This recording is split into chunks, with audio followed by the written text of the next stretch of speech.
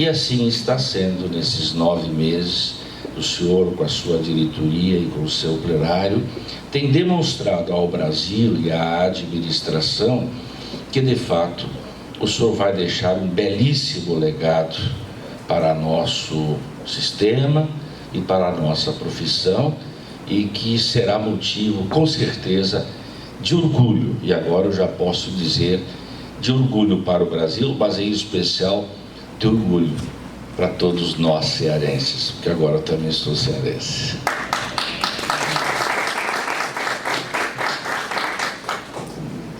Eu pediria a Veia para dizer que eu não quero fazer uma palestra aqui. Eu acho palestra muito pesado. Eu vou fazer aqui, quem sabe, uma conversa de colega para colega. Quando o presidente Cristino me pediu, eu disse, claro, quem sabe a gente conversa sobre cenários e análises sobre a administração, longe, obviamente, da pretensão de querer falar verdades em si mesmo, ou, muito menos, de professar verdades, até porque a complexidade que a gente vive em todos os contextos, e são vários contextos, não permite que a gente professe verdades, que sabe muito mais apenas e unicamente reflexões ou compartilhar inquietudes sobre o que nós devemos fazer e não fazer para a profissão. Dessa forma e nesse sentido, então, eu imaginei segmentar esta conversa em 3 perspectivas.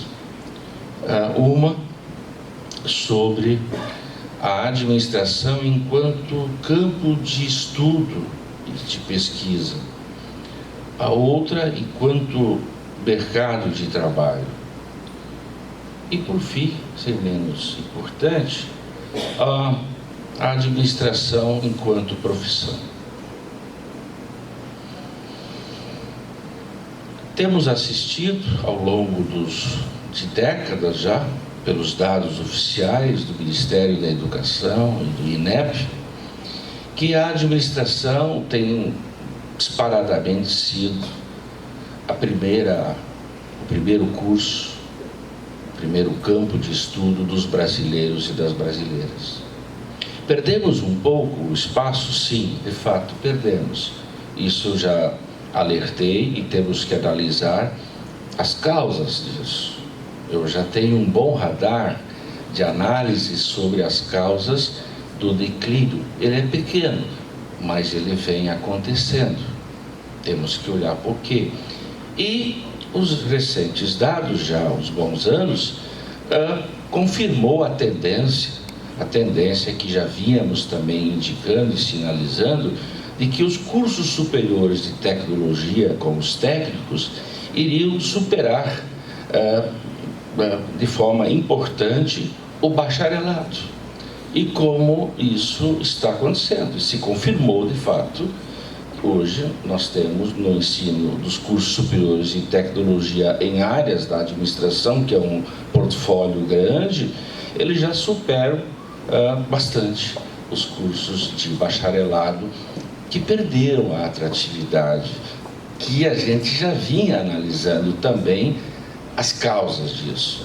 Nós temos uma evasão que, quando começaram seus estudos, não chegava a 20% no bacharelado, e hoje chega-se a quase 40% da evasão nos bacharelados. Isso é grave, né? Então, quem sabe isso explique as razões do porquê os jovens buscam formações mais rápidas, mais céleres no mundo de trabalho tão dinâmico. E a graduação, os bacharelados, deveriam cuidar um pouco mais de uma formação mais científica, depois acoplado, obviamente, aos mestrados e doutorados. Bem, mas o importante dizer que, de fato, a administração, como campo de estudo, é disparadamente a área mais desejada pelos brasileiros e brasileiras. Mas também tem uma outra informação importante. A administração é o primeiro, segundo campo de estudo dos brasileiros. O que quer dizer isso? Quer dizer alguém que na graduação não fez como primeira opção a administração, ele o fará e está fazendo como segunda opção. Seja fazendo curso superior de tecnologia, sendo uma especialização em administração ou sendo um mestrado ou um doutorado. Quer dizer, mostra novamente que outras profissões têm estudado administração após a sua graduação. Isso é maravilhoso saber, porque mostra que cada vez mais a sociedade percebe que ninguém consegue escapar da administração e da ciência da administração. Eu acompanho os grandes empresários de 22 setores do valor econômico há 15 anos. E lembro que no começo, nas primeiras pesquisas, eu estudava os presidentes desses setores. 20% e 30% tinham feito administração na graduação. Hoje é 65%, 70%. Poucos depois, para serem presidentes, estudaram administração, mesmo que 80% não tinham feito administração na graduação, mas fizeram outra graduação depois, ou um MBA, na instituição em áreas da administração. Se vocês olharem o LinkedIn, que é uma rede grande profissional que eu utilizo, vocês vão ver que quase 100% é em áreas da administração. Só que aí nós temos uma contradição, um paradoxo. Ao mesmo tempo em que somos preferidos como campo de estudo, ao mesmo tempo em que somos preferidos no mercado de trabalho, as vagas em administração, elas não são preenchidas. Tem vagas sobrando. Meu Deus do céu, como assim? Faltam candidatos? Não. E aí está o paradoxo. Sobram candidatos, muitos candidatos. E como se explica então este paradoxo entre o desejo do mercado pelos profissionais da administração e o não preenchimento das vagas? E aí entramos na formação. Porque boa parte dos candidatos não reúne as competências profissionais necessárias para o bom desempenho em áreas da administração. Vejo então como a perspectiva do campo de estudo, ele se confronta com o mercado de trabalho. O campo de estudo desejado pela administração, o mercado de trabalho ávido por profissionais da administração, e, no entanto, há um gap entre ambas as perspectivas, porque a formação ela não tem sido adequada. E isso nos remete a profundas reflexões quando a gente discute hoje, por exemplo, sociedade 5.0, indústria 4.0, sociedade disruptiva. Ora, quando a gente diz isso, a formação ganha mais relevância ainda, porque isso implica, não importa os canais, os meios que eu tenho para formar profissionais de administração, e hoje com a tecnologia nós temos várias formas e canais de formar quadros competentes, eu não vou nem discutir isso. Eu vou discutir são os métodos, é a metodologia que se utiliza. A metodologia tem nos indicado há muitas décadas de que na administração existem equívocos graves na formação, muito graves.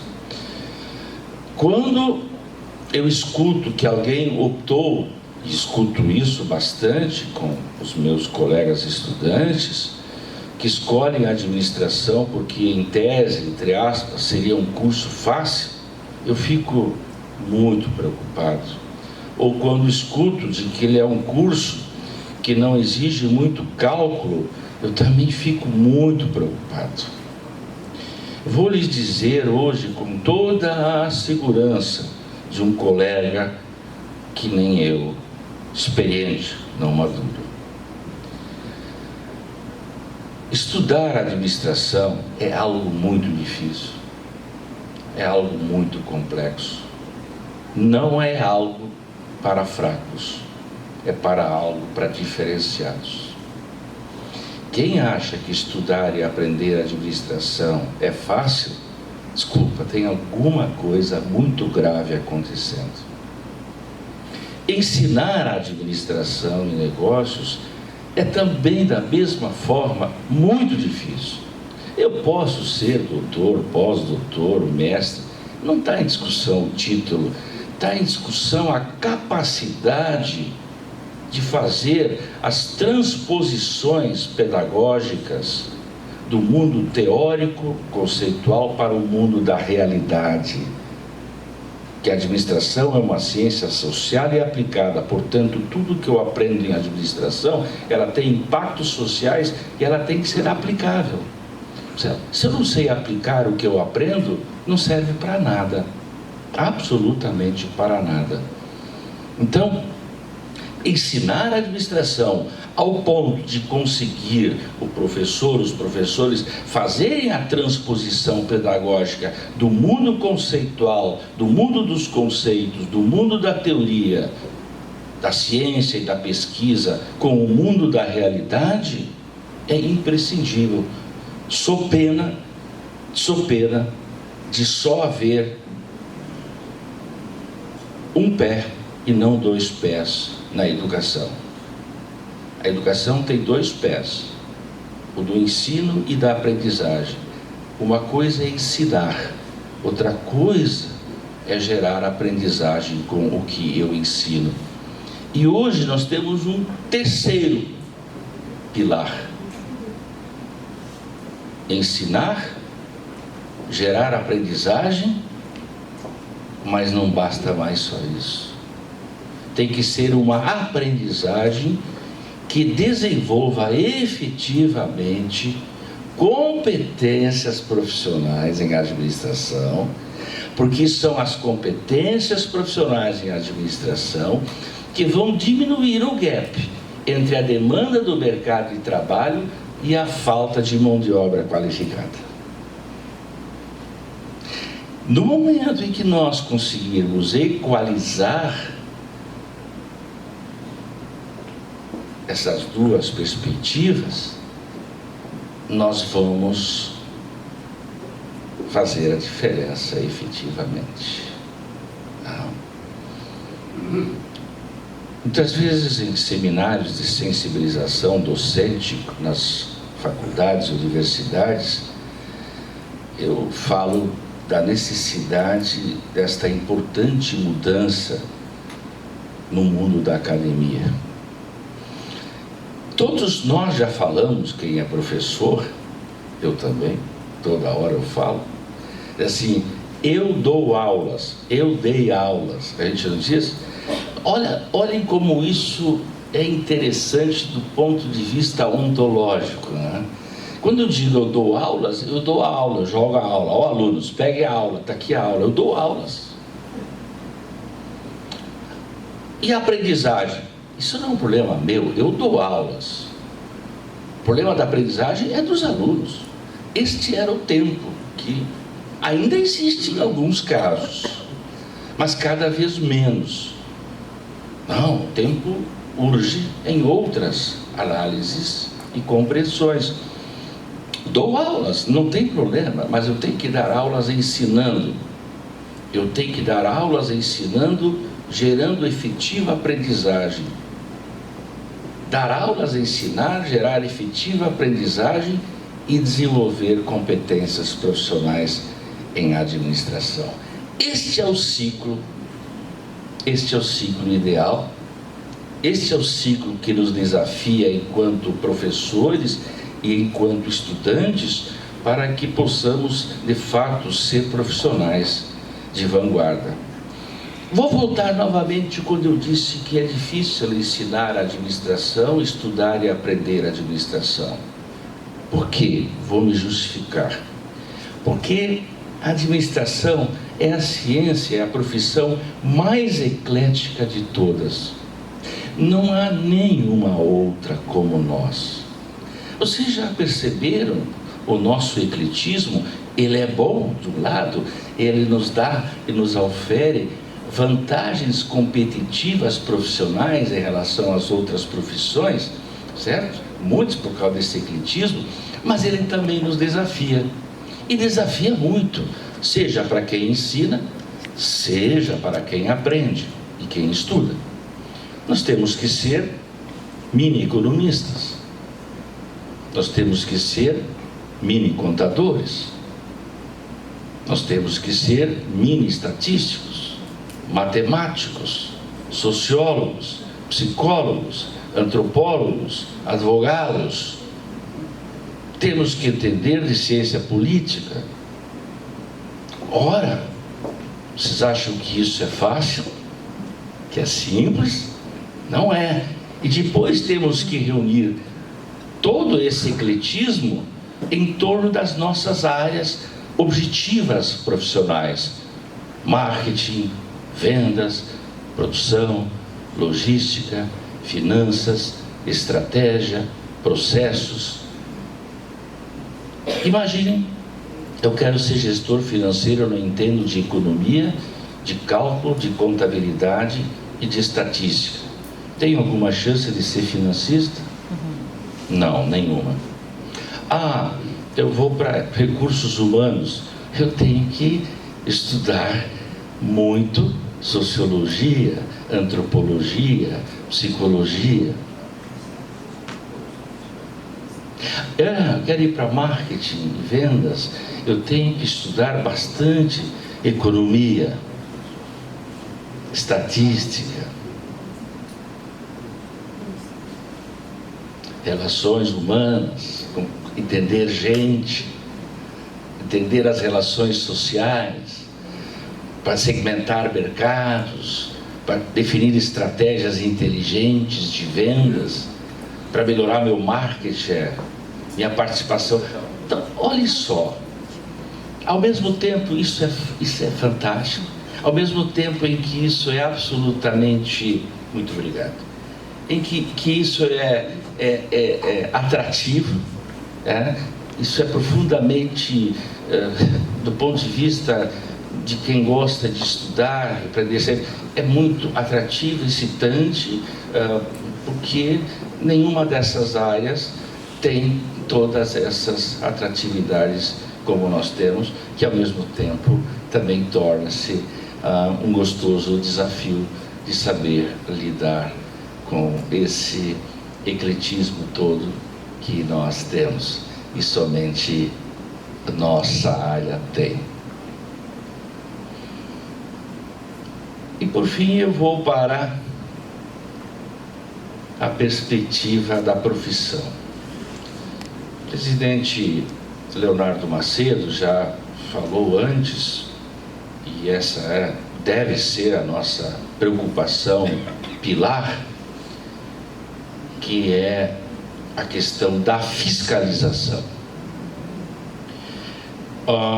Eu disse ao meu magnífico reitor, Marcos Gêmeos, e ao presidente Leonardo, que nós temos que criar um grupo de estudos no federal para usarmos mais a ciência da administração para compreender, estudar e gerar objetivas contribuições ao presidente do CFA, sua diretoria, para melhorar nossa performance enquanto profissão. E por que eu digo isso? Porque o nosso market share, nossa participação no mercado de registráveis versus registrados hoje, é de 9%. O que quer dizer isso? Quer dizer que nós só registramos 9% dos egressos promédios dos cursos de administração, seja bacharéis, cursos superiores de tecnologia, técnicos, mestres e doutores em administração, que é o nosso escopo doutrinário.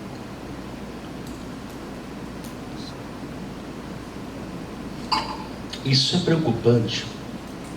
Quando eu cheguei no CFA, ainda como diretor da Câmara de Formação Profissional, eu fui atrás de estudos, de dados, eu não encontrei nada, não tinha estudo nenhum no CFA. E eu, como diretor, então comecei a elaborar estudos e análises e oferecer isso aos presidentes, aos conselheiros, dizendo: olha só o que está acontecendo. E comecei a introduzir o conceito de market share, que até então não tinha. Nós já tínhamos 17% de market share.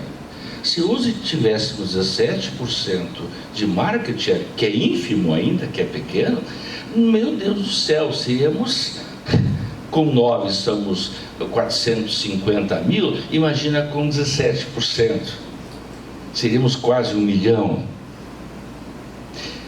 Mas nós poderíamos ser 7 milhões. Nós temos hoje um potencial registrável de mais de 7 milhões. Estamos 450 mil. Então, olha o gap que existe também do ponto de vista da perspectiva da profissão. E por isso eu fico muito feliz quando eu escuto do presidente Leonardo esse esforço que ele está fazendo do prospecto à pessoa física. Nós temos aí milhões e milhões de pessoas que estudaram administração, que atuam em administração e que estão à margem do exercício legal da profissão, porque não estão registrados no Conselho Regional de Administração. E nós temos que combater o exercício ilegal da profissão. Me incomoda muito, não sei se a vocês, mas a mim me incomoda muito, porque parece que no imaginário social qualquer pessoa pode ousar em administrar. Qualquer um. Isso quer dizer que nós precisamos nos reposicionar, de mostrar para a sociedade que assim como um médico cuida de gente, nós cuidamos de organizações. Porque nós nos preparamos para isso. Se o engenheiro civil cuida de obras, parabéns, é muito importante, eu não serviria para isso. Mas também nos respeitem, porque nós entendemos de governança, que nós nos preparamos para isso. Então, se diz cada macaco no seu galho, né? Então, cada um na sua profissão, e nós na nossa. Então, nos respeitem, por favor. Me incomoda muito, sim, quando as pessoas querem gerir, fazer gestão e não têm a formação adequada para isso. Isso é de uma irresponsabilidade social tremenda. Então, o prospecto da PJ e o prospecto da pessoa física, quem sabe vai dar um outro norteamento para aquele imaginário social brasileira. Quando se fala em administração ou em gestão pública e privada, venha na cabeça das pessoas o profissional da administração. Assim como vem na cabeça das pessoas, quando pensam em problema dentário, vem o dentista e não o engenheiro civil. Quando se pensa em problemas psicológicos, que não venha na cabeça o economista, e sim um psicólogo. Quando se pensa em cirurgias, e quantas cirurgias a gente não faz nas organizações? Eu já fiz muitas, algumas sem anestesia, inclusive, porque não tinha tempo para fazer anestesia. Muitas vezes é preciso, como clínico organizacional. Logo pensa-se no médico. Por que quando se pensa em gestão, em administração, da coisa pública e privada, não vem à mente ainda, logo, o profissional da administração? Então, esse é um passo importante. E como disse o presidente Leonardo, precisamos estar juntos nessa empreitada, porque é nós cuidando de nós. Se nós não cuidarmos de nós, ninguém vai cuidar de nós. A administração é nossa. Os presidentes passam, os conselheiros passam, mas ela pertence a nós. O presidente Leonardo comentou uma coisa interessante. Eu estava a pensar, ouvindo ele, sobre a alta taxa de mortalidade empresarial de empresas. Tem dados aí, mas a média é de 60% até os 5 anos de vida. Alguém é louco, maluco de botar uma empresa e colocar as suas economias para dizer o seguinte: em 5 anos eu quero quebrar, e bem quebrado, e perder tudo o que eu tenho, e ainda ficar devendo. Vocês conhecem algum maluco desses? Eu não conheço ninguém, mas 60% acabam fazendo isso. Se nós estivéssemos num país onde 60% dos bebês, 100% dos bebês que nascem, 60% morressem nos primeiros 5 anos de vida, nós teríamos, qual é o tipo de crise? Uma grave crise de saúde pública, com a natalidade, ou não? Pois é, mas morrem 60% dos empreendimentos, e a economia não fala nada, os governos não falam nada. Isso é falta da presença da administração. Nós poderíamos reduzir essa mortalidade enormemente. Até porque, vocês sabem, que mais de 90% dos empreendimentos micro, pequenos e médios surgem, especialmente micro e pequenos, mas alguns médios, sem um plano de negócios. Se as pessoas fizessem um plano de negócios prévio, muitos empreendimentos nem começariam, que são inviáveis na origem. Nós temos 3 tipos de empreendedorismo: o por inovação, que é o menor, que é 10%, que é por inovação. Empreendimentos inovadores são aqueles que ganham mais, são os mais lucrativos, que têm a taxa de retorno melhor e o payback, o tempo de recuperação do capital, mais rápido. Depois tem os seguidores rápidos, são aqueles que seguem os inovadores, tá certo? Mas não demoram muito, eles já conseguem clonar, copiar e empreender. Eles já ganham bem menos, mas ainda ganham alguma coisa, representam aí 30%. 60% promédio são empreendedores que se chamam seguidores tardios, que é a grande maioria,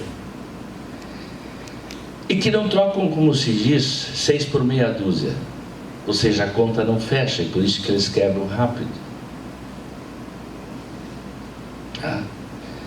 Usando o Michael Porter, não tem barreiras de entrada e de saída, portanto tem muita competição, muita concorrência, e abre, fecha, entra, sai, tudo mais, não. Esse é o maior contingente. Mas nós também temos uma outra curiosa questão que envolve a administração, que o nosso empreendedorismo, ele não é inovador, tá certo? Ele não é inovador. Ele não consegue ser inovador. Por que ele não é inovador? Porque ele não usa a ciência da administração. Se ele usasse a ciência da administração, fizesse análise de mercado, prospecção de mercado, análise de necessidades humanas e sociais, análise da competitividade, da concorrência, seria outro empreendedorismo. Tenho dito e repito aqui a vocês, assim como a gestão não é uma ciência, a gestão é o modo de fazer acontecer. É a administração, é a ciência da administração no seu estado líquido. A ciência é a administração que abastece a gestão, os gestores. Cuidado, tem gente que já está falando que gestão é ciência. Muito cuidado nessa hora. Senão vão macular a ciência da administração. Assim como tentam macular com a questão do empreendedorismo. O empreendedorismo não é uma ciência. Ele se nutre da ciência da administração. Pode olhar toda a literatura sobre empreendedorismo do Brasil e no mundo e vocês vão ver de que toda ela está calcada na ciência da administração. Toda ela. Absolutamente toda ela. Empreendedorismo, na verdade, é um estilo de comportamento. Portanto, tem a ver com perfil. Perfil. Tem, de cada 10 pessoas que gostariam de empreender, apenas 3 ou 4 têm perfil para ser empreendedor. Isso também ajuda a explicar fortemente a mortalidade. Uma coisa é vontade, é desejo. Outra coisa é levar jeito. Tem gente que não leva jeito para empreender. Quando o empreender se junta com a administração, essa é a dupla perfeita. Ela pode estar numa mesma pessoa? Pode. Tem estado? Sim. Mas via de regra não tem estado. Não está. Aí eu vou usar 2 exemplos para fechar já essa nossa conversa. Espero que estejam gostando, pelo menos, ou divergindo, que já gostar, divergir é gostar também, né? Que quando eu contrario, eu introspecto e submarca dentro do meu imaginário, né? Eu vou citar 2 exemplos muito claros do que eu quis dizer há pouco. Um mais antigo e outro mais contemporâneo. Vou começar com Henry Ford. Perguntaram para o Henry Ford: como é que você conseguiu ser este empresário mundial? O senhor não estudou. Ele disse: bem, eu sempre sabia muito bem o que eu queria e aonde queria chegar. 2, eu tinha a convicção de que eu jamais iria conseguir o que eu queria e chegar aonde eu queria chegar. Bem, sabia o que queria, aonde queria estar, e também tinha consciência de que não tinha as mínimas condições de conseguir chegar e de estar onde ele queria chegar. 3, que ele só tinha uma chance de ter o que ele queria ter e chegar onde ele queria chegar, que era reunir em torno dele as melhores cabeças em administração. Pronto. Vamos pegar um caso contemporâneo. Bill Gates, o gênio da Microsoft, hoje está envolvido em laboratórios e vacinas, que dá mais dinheiro que a tecnologia. Me perguntem por quê. Qual foi o grande mérito de Bill Gates? Quem fez a Microsoft foi Bill Gates? Não. Foi a capacidade dele de reunir os melhores nerds do mundo em torno dele. Pegou os maiores nerds do mundo e trouxe para ele. E premiava eles. As ideias deles que resultavam em negócio, ele dava parte do lucro para eles. Essa foi a grande virtude. Por isso que as pessoas, gestores públicos, disse isso em Coreaú, citando o prefeito de lá, disse que está se cercando de profissionais da administração e está fazendo uma bela administração. Quem souber juntar a si profissionais, bons profissionais da administração, seja na coisa pública ou na coisa privada, vai fazer um diferencial. É claro que vai. É claro que vai. Bem, eu entendo que essas seriam as minhas reflexões que eu quis fazer com vocês, de forma, então, tridimensional, ou em 3 perspectivas, né? Da administração como campo de estudo, da administração como campo de trabalho e da administração enquanto profissão. E como essas 3 análises, cenários e perspectivas, elas são cúmplices entre si. Elas são cúmplices entre si, uma afeta a outra, elas não estão dissociadas. perceberam, né, na minha conversa, de que uma tem a ver com a outra. Gosto sempre de dizer, em homenagem àquele que nos deixou semana passada, tenho praticamente todas as obras dele, para mim um homem brilhante, um sociólogo reconhecido, estou falando na memória do agora Domenico De Masi, que fez muitos estudos pelo mundo, mas um deles, que eu segmentei, que são 17 perspectivas, mas eu vou ficar só com a que me interessa agora para fechar esta minha conversa. O mundo do trabalho em 2025, eu estou retroagindo no tempo, ele falou isso há 15 anos atrás, estamos em 2023, mas isto já aconteceu, abreviado pela dinâmica tecnológica. O futuro, ele se antecipou muito. A disrupção, ela na verdade ajudou a acentuar e dar mais velocidade e abreviar mais o futuro. Ele disse que nós teríamos 3 categorias de mão de obra. Em torno de 20%, não vamos ser rigorosos no percentual, né? 20% seria a mão de obra criativa. Essa mão de obra criativa é a que vai surfar no mundo do trabalho. E está surfando. Tá?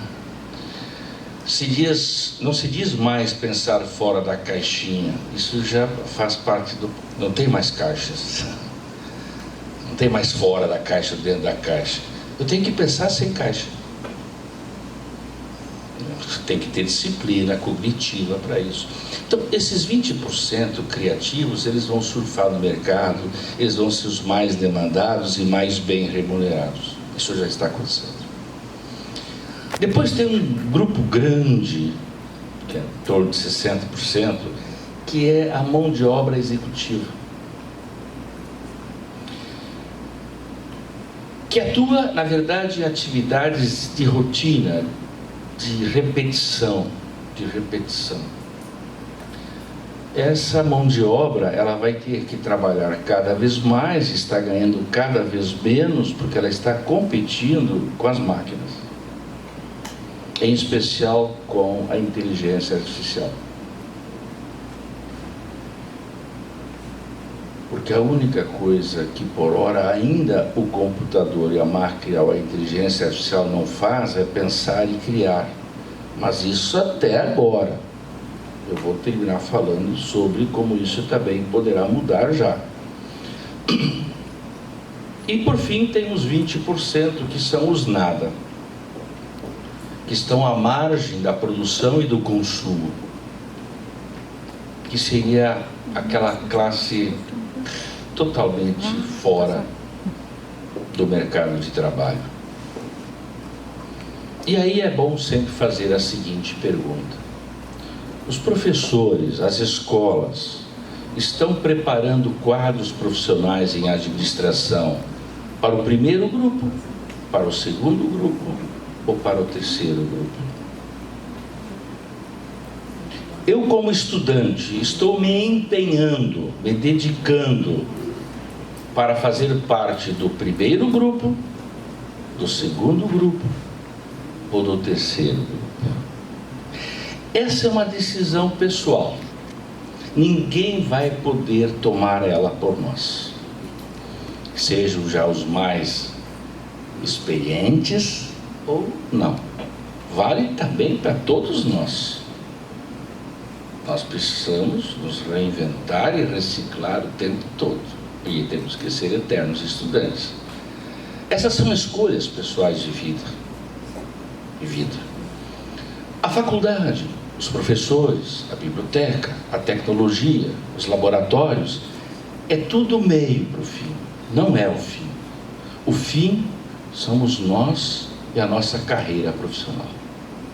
Nós e a nossa ascensão profissional. nós e a nossa respeitabilidade junto à sociedade. Termino falando sobre a inteligência artificial. Eu ando muito inquieto. Eu tenho lido tudo, devorado tudo sobre isso. E estou criando conexões interessantes. O livro que agora estou apreciando, vocês viram que eu estou dizendo, eu aprecio livros. Isso é uma outra coisa importante. Alguém que estuda, você acha que estudar administração é um fardo, é pesado? Faça outra coisa na vida. Porque isso tem que ser prazeroso. Então, ler tem que ser um prazer. Por isso que eu digo, eu estou apreciando um novo livro, que se chama Algoritmos, a Destruição em Massa. Os gregos já diziam, os filósofos gregos, se um dia os algoritmos dominarem o mundo, será o fim da humanidade. Aí eu estou cruzando este livro com um outro livro que foi escrito antes, há uns 6 anos, 7 anos, O Mundo que Não Pensa, o Fim do Homo Sapiens. Porque a única coisa que ainda diferencia nós das máquinas é que nós pensamos. Portanto, podemos ser criativos, inovadores, né? Ter insights de toda a ordem. Esse livro, O Mundo que Não Pensa, que mostra qual é o projeto dos cinco players do mercado, Amazon, Google, Microsoft, etc., são 5, né? Em 2025, era o objetivo deles, 2025, 2030, programar o primeiro passeio de mãos dadas entre um robô e um ser humano, onde já não haveria mais diferença entre o ser humano e a máquina e o robô. Eles iriam conversar normalmente, porque já teriam conseguido clonar absolutamente todo o cérebro e todo o sistema nervoso e neurológico humano. E aí tem milhares de neurocientistas trabalhando, e cientistas da computação e de ciência de dados para levar esse projeto à frente. A coisa é tão séria que tem gente pertencente a esses 5 grupos que estão dizendo: ei, vamos parar um pouquinho? Está ficando perigoso. Ei, vamos dar uma segurada? Eu vi o Musk num artigo, vi o Bill Gates num artigo, dizendo: ei, gente, vamos dar uma segurada aqui, hein? Está ficando muito perigoso. Nós estamos fazendo uma verdadeira autodestruição. Bom, esses são os desafios. Veja como nós, da administração, navegamos por tudo isso. E precisamos navegar. Precisamos navegar sobre o mundo tecnológico, sobre tudo isso. Mas entender que ele é meio, que o fim sempre seremos nós. Assim espero que seja. Mais uma vez, muito obrigado pelo convite, obrigado pela paciência de vocês. Parabéns mais uma vez pelos 58 anos da nossa amada profissão. Que de fato possamos continuar avançando sempre sob a liderança do nosso querido presidente, amigo e irmão Leonardo Macedo, que por mais espinhosa que seja, eu acho que só consegue navegar nos espinhos quem é capaz, quem é corajoso e quem é destemido.